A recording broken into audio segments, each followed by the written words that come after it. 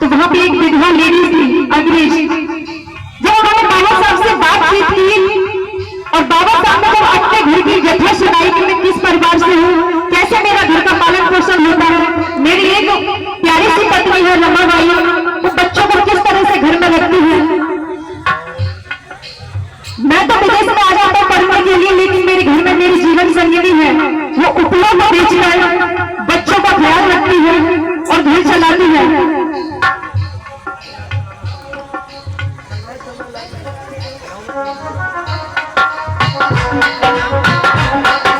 इधर में दीदी की तरफ से 50 रुपए का दाना है, कल्याण सिंह गौरव भैया की तरफ से 20 रुपए का दाना, 50 रुपए का दाना, बहुत बहुत धन्यवाद, जल्दी करो। तो जब बाबा साहब विदेश में थे, उस विधवा औरत ने बाबा साहब को अपने गहने दिए और कहा कि तुम्हारी पत्नी ने शायद इन सबको नहीं देखा होगा, तो मैं चाहती हूँ कि वो इनको पहने, खुश रहे और खुशियां मनाए। बाबा साहब ने मना किया कि नहीं बहन, मुझे इनकी जरूरत नहीं है। तो वो कहने लगी कि ये मेरी किसी काम की नहीं है, मैं विधवा हूँ, मैं किसको पहन के दिखाऊंगी, मैं चाहती हूँ कि वो मेरी छोटी बहन की तरह है, आप इनको ले जाइए। बाबा साहब को घर पर लेकर आए, माता रमाई पहन कर मोहल्ले में गई। थोड़ी दूर जाकर देखा एक स्कूल था, वहां पर बच्चे भूखे थे जिनको कई दिनों से खाना नहीं मिला था। तो प्रिंसिपल के पास में गए और उन्होंने कहा, मत साहब ये बच्चे इतने उदास क्यों हैं, इनका सबका मुंह क्यों उतर रहा है। इधर आदरणीय लागन सिंह पिता देवी सिंह जाकर बावर बदरवा से 550 रुपए भंडारे के लिए और 550 रुपए कमेटी के लिए जोरदार ताली बजाइए, धन्यवाद। तो उन्होंने कहा कि इन बच्चों के लिए ऊपर से खाना तो आता है, लेकिन यहाँ तक पहुँचते पहुँचते वो खाना वही लोग अपने पास रख लेते हैं, जो सरकार की तरफ से पैसा आता है वो यहाँ तक नहीं पहुँचता। और जितने ये बच्चे यहाँ पर उपस्थित हैं, ये सभी भूखे हैं, इन्हें कई दिनों से खाना नहीं मिला। तो माता रमाई ने कहा, मैं इतना सारा गहना पहने हूँ, ये मेरे किसी काम का नहीं, अगर मैं इनको ऐसे पहने रहूं, मेरे सामने मेरे समाज के, अन्य समाज के जो बच्चे हैं जो भूखे हैं, तो मेरा कर्तव्य बनता है कि इन गहनों को बेचकर मैं इन बच्चों का पेट भरने का काम करूं। एक मिनट बेटा, क्या बोल? माता रमाई ने उन गहनों को 12,000 के बेच करके वो पैसे उन सर को दे दिए। कमल सिंह भैया की तरफ से 50 रुपए का दाना, बहुत धन्यवाद। इसके बाद उन्होंने खाना खिलाने का पूरा प्रयास किया, इसीलिए मैंने गाने में लिखा है क्या, गहने बेचकर माता रमाई ने जीवन दिया, गहने बेचकर खाना दिया।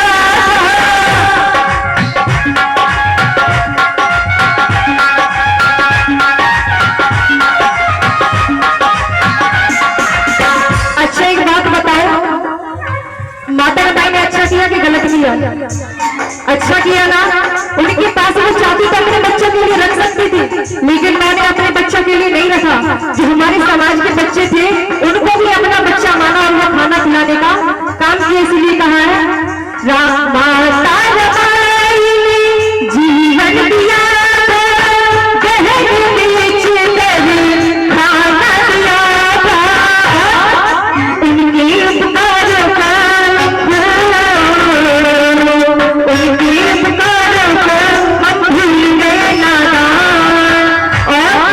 ₹50 रियाज की ओर से धन्यवाद।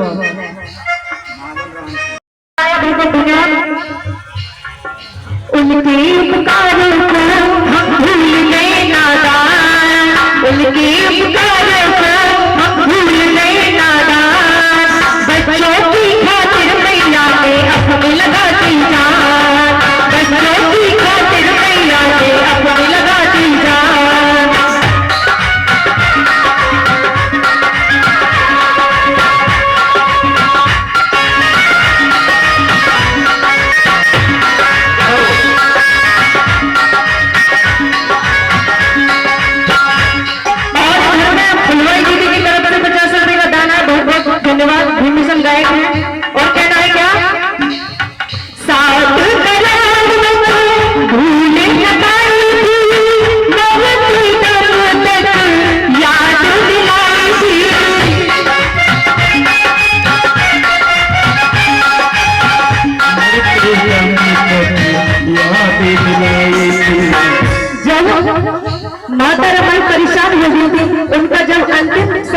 रहा था, उन्हें टीबी की बीमारी हो गई थी। जब उन्हें एहसास हो गया कि अब मैं इस संसार में ज्यादा नहीं रह पाऊंगी,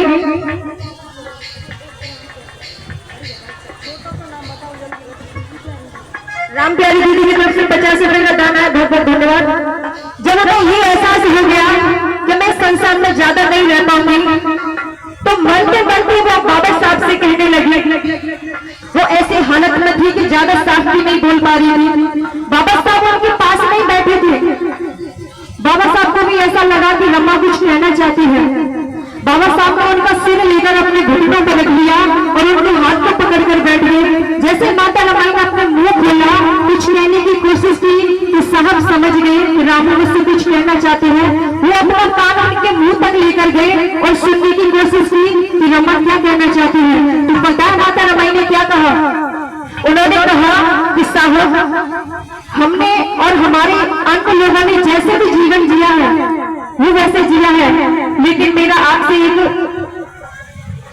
निवेदन है कि जब आप समाज का काम कर रहे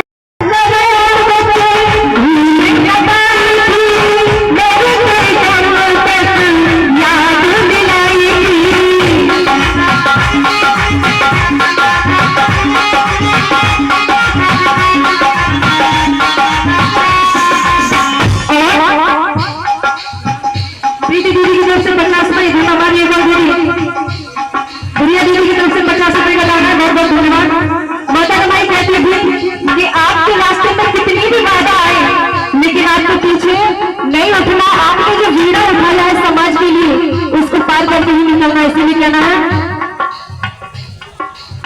साथ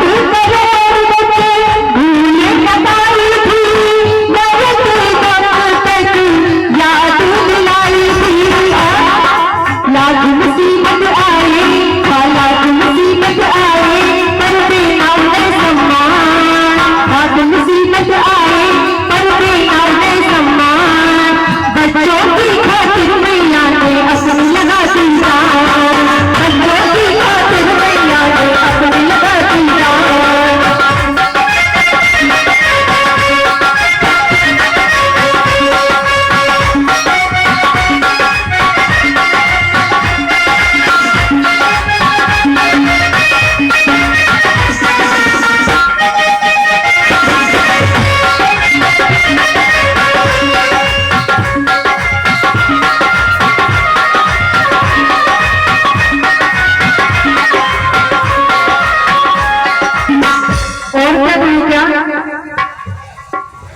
बहुजन हमारा सदियों से हमारा,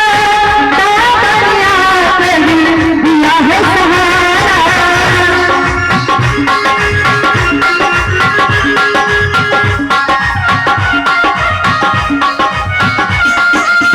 क्योंकि मैं ज्यादा कुछ तो नहीं बोलूंगी, लेकिन सबको पता है कि पहले हमारे पुरखाओं का इतिहास कैसे बता गया है, किस तरीके से रहते थे वो।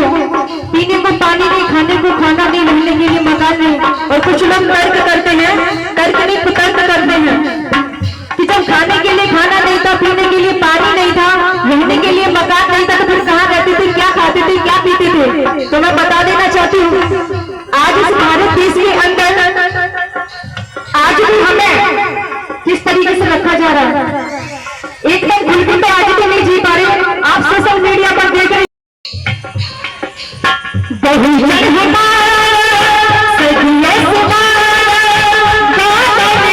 से दिया था सहारा।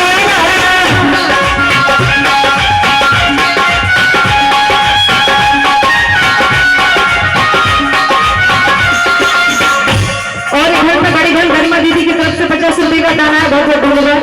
जब संविधान है इस देश में तभी ये हालत है देश की, तो जब संविधान नहीं होगा तो आप खुद अंदाजा लगा लो कि क्या हालत हुई है इस देश में। इसीलिए मैंने गाने में बड़े ढूंढूंढ की लाइन डाली है, संदीप भैया। और